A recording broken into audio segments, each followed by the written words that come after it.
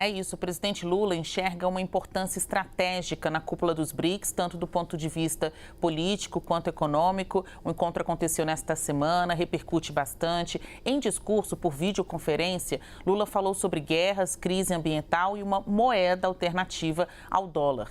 Para o governo brasileiro, o grupo dos BRICS é uma possibilidade de melhorar as exportações de produtos com maior valor agregado. O Brasil acerta ao apostar nos BRICS? Sobre esse assunto, o CNN Dois Lados de hoje conversa com o deputado federal Pedro Campos, do PSB de Pernambuco, e o deputado federal também Ricardo Salles, do Novo, de São Paulo.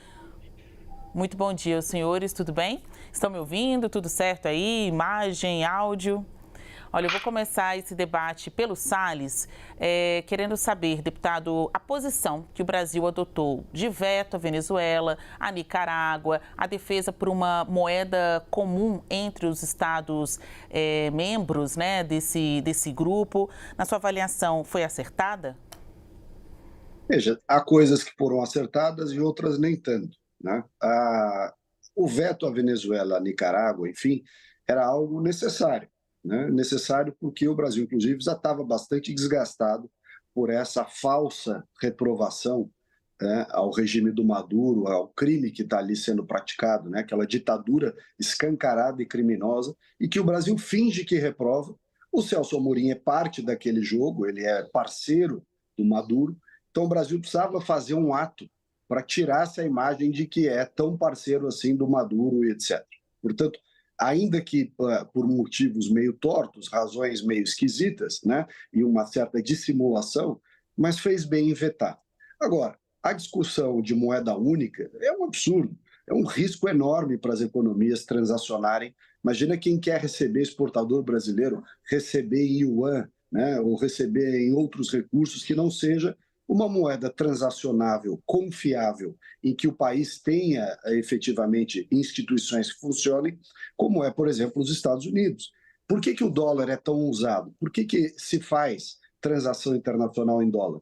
Porque a sociedade internacional, em geral, confia nas instituições americanas a tal ponto de poder usar o dinheiro americano sem ter que dormir com a preocupação de que pode haver ali alguma surpresa, né, algo desagradável. Portanto, quando o Lula defende esse tipo de posição, me parece que é muito mais uma retórica sul-sul, ricos contra pobres, enfim, aquela demagogia de sempre, né, com pouca efetividade. Mas em relação ao veto à Venezuela e à Nicarágua, embora eu acho que foi meio dissimulado, né, uma coisa assim a contragosto e para fazer jogo de cena, foi uma decisão correta. Pedro, na sua avaliação, a postura adotada pelo Brasil, que foi representado à distância pelo presidente Lula e lá em loco pelo chanceler Mauro Vieira, foi a mais acertada? O país é um dos protagonistas do bloco, está parte desse grupo desde o início, desde 2006. Há muita expectativa sobre quais serão os próximos passos e hoje é tido o melhor momento dos BRICS. O Brasil está indo bem? Acredito que o Brasil apostou corretamente nos BRICS desde o início dos anos 2000. E isso é importante ser ressaltado. Quando muita desconfiança havia em relação à formação do bloco, o Brasil apostou nessa relação com países que eram países emergentes e pôde colher os frutos dessas relações. A gente viu aí, em cerca de 20 anos, o Brasil em 12 vezes as exportações para esses países, tem uma relação comercial onde cerca de 1/3 das suas importações vem desses países, e o desenvolvimento que aconteceu em todos esses países, com alguma ressalva em relação ao Brasil, por todo o contexto de crise política. A gente está com um probleminha aí no áudio do Pedro.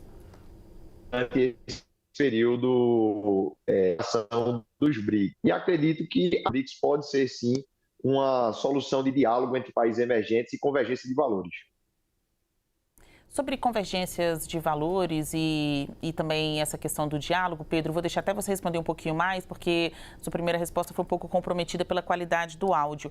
Tem muita crítica sobre o perfil dos estados parceiros que poderão ingressar no bloco, exemplo de Cuba, Turquia, Indonésia, Vietnã.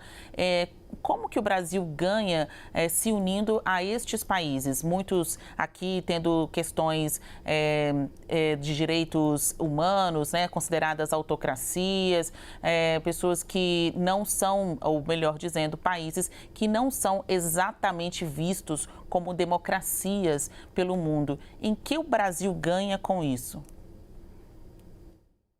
Pedro.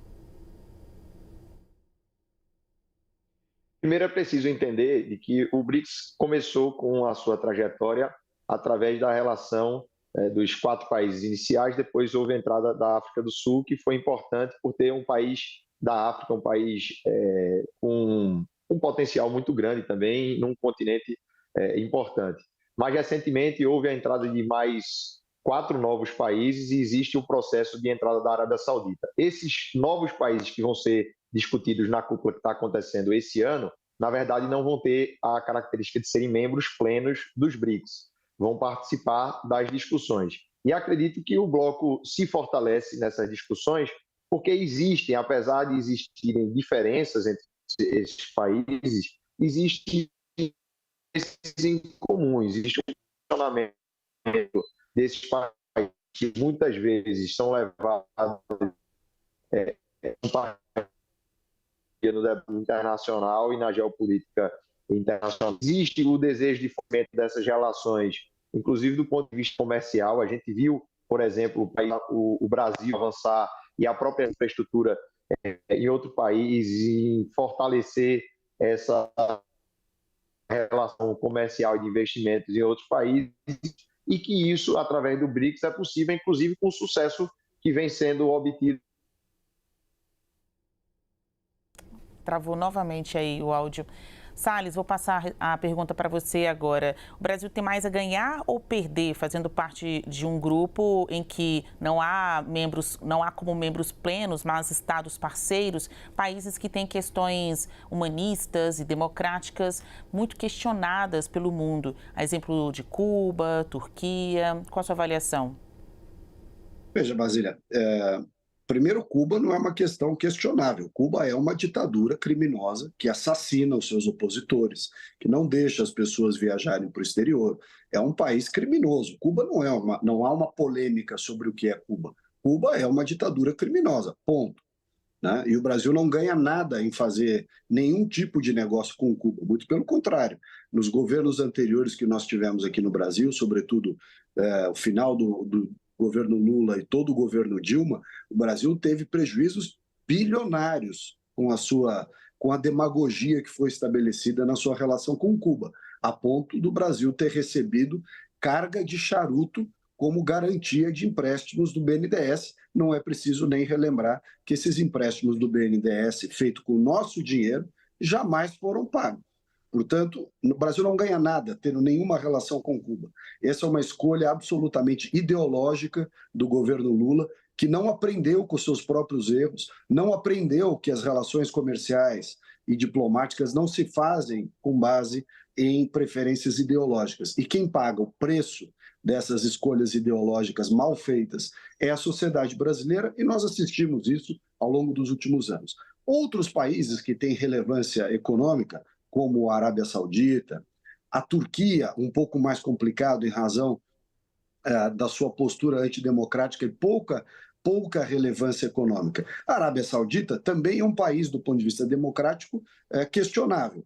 Não é uma ditadura sanguinária como é Cuba, muito menos Venezuela, mas é um país importante no eixo mundial, porque é um país muito rico, que tem muito capital, fundos com alta liquidez, e que, se decidirem, por exemplo, serem parceiros do Brasil em cadeias de exportação, o Brasil tem, inclusive, já a BRF, né, a Marfrig, enfim, tem já atividades comerciais, tem plantas nesses países, plantas industriais, exportação, cadeia logística. Então, existe efetivamente, com relação à Arábia Saudita, existe uma relação a ser prestigiada. Turquia, já um pouco mais duvidoso. Venezuela, em hipótese nenhuma. Cuba, nem pensar. Nicarágua, de jeito nenhum. Quer dizer, você não é possível nós fazermos uma análise homogênea, né, igualitária sobre esta situação. Cada um dos países comporta uma análise distinta. De qualquer forma, qual é o traço comum que fica claro nesta atuação do Brasil com relação aos BRICS? É o retorno àquela visão absolutamente enviesada, né, inadequada, ultrapassada, de que existe um mundo dos pobres para lutar contra o mundo dos ricos, né, o mundo oprimido contra o mundo dos opressores. E essa é uma visão muito ruim. A China, o Pedro comentou aqui com razão, a China cresceu muito o comércio, mas o comércio nosso com a China não cresceu por causa dos BRICS, cresceu porque a China precisa das nossas commodities, nós, como tantos outros países do mundo, consumimos os produtos tecnológicos produzidos a baixo custo na China, que aliás é um país que não tem democracia, não tem instituições confiáveis, é um país que não respeita nenhuma regra ambiental, não tem regra trabalhista, as pessoas trabalham que nem escravo na China. Quer dizer, existe um outro lado desta história de comércio com a China que é muito grave. E isso não é só o Brasil, não é um problema brasileiro. O mundo inteiro se relaciona com a China e fecha os olhos para todos esses problemas que a China tem.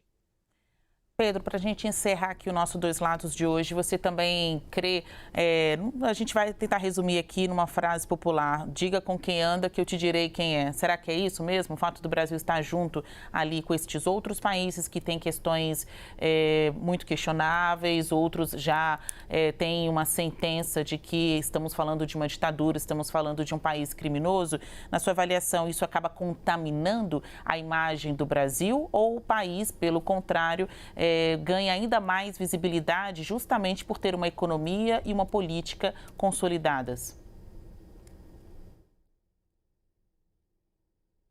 Pedro?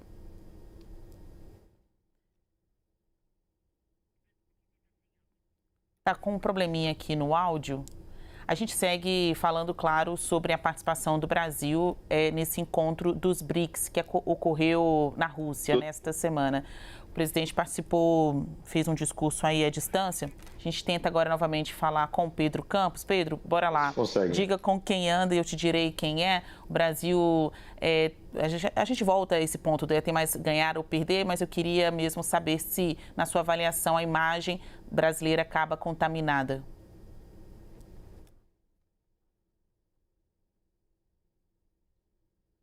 Pedro. Na política internacional não funciona exatamente assim, até porque, por exemplo, a ONU, nós andamos com todos os países. Na COP30 vamos receber quase todos os países do mundo. No G20 estamos com 20 países diferentes e precisamos dialogar com todos até as diferenças que existem entre esses países.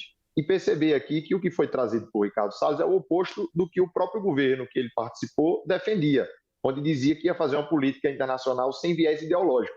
E a gente vê, quando ele fala da ditadura... Salles, eu vou passar a pergunta para você, para a gente encerrar aqui o CNN Dois Lados de hoje.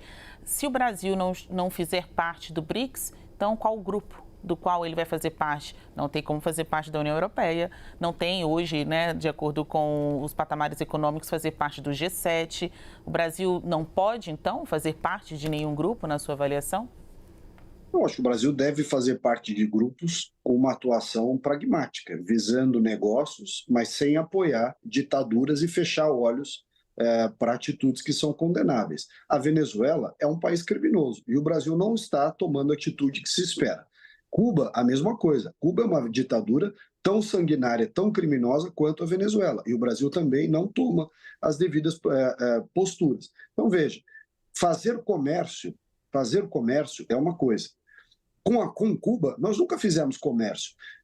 O grupo de esquerda que dominava o Brasil, muitos dos quais, inclusive, o Zé Dirceu e outros, que foram treinados em Cuba, na época do regime militar, resolveram retribuir o favor feito a Cuba, só que com o dinheiro do contribuinte brasileiro. Foram isso que eles fizeram. Quando financiou obras em Cuba, obras, inclusive, que não tiveram nenhuma vantagem para o Brasil, né? Não recebemos o dinheiro de volta, tomamos um calote gigantesco e continuamos fazendo concessões a Cuba. Por quê? Porque há um viés ideológico claro desta administração, como houve nas passadas do governo PT, em ajudar Cuba. É uma espécie de retribuição por Cuba ter acolhido os guerrilheiros, os perseguidos durante o regime militar.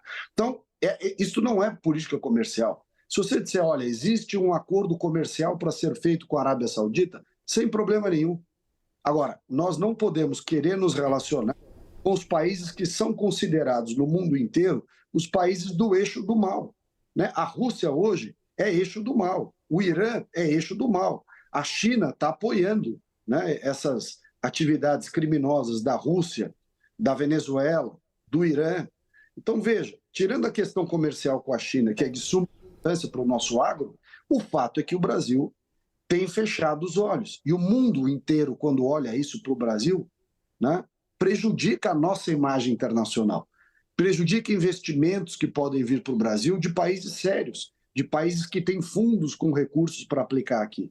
Então, essa política e ideológica, ela não é sem consequência, ela tem consequências para nós, nocivas economicamente, porque se põe dinheiro onde nunca volta, e nocivas do ponto de vista de imagem do país. É preciso reconhecer que essa imagem fica arranhada.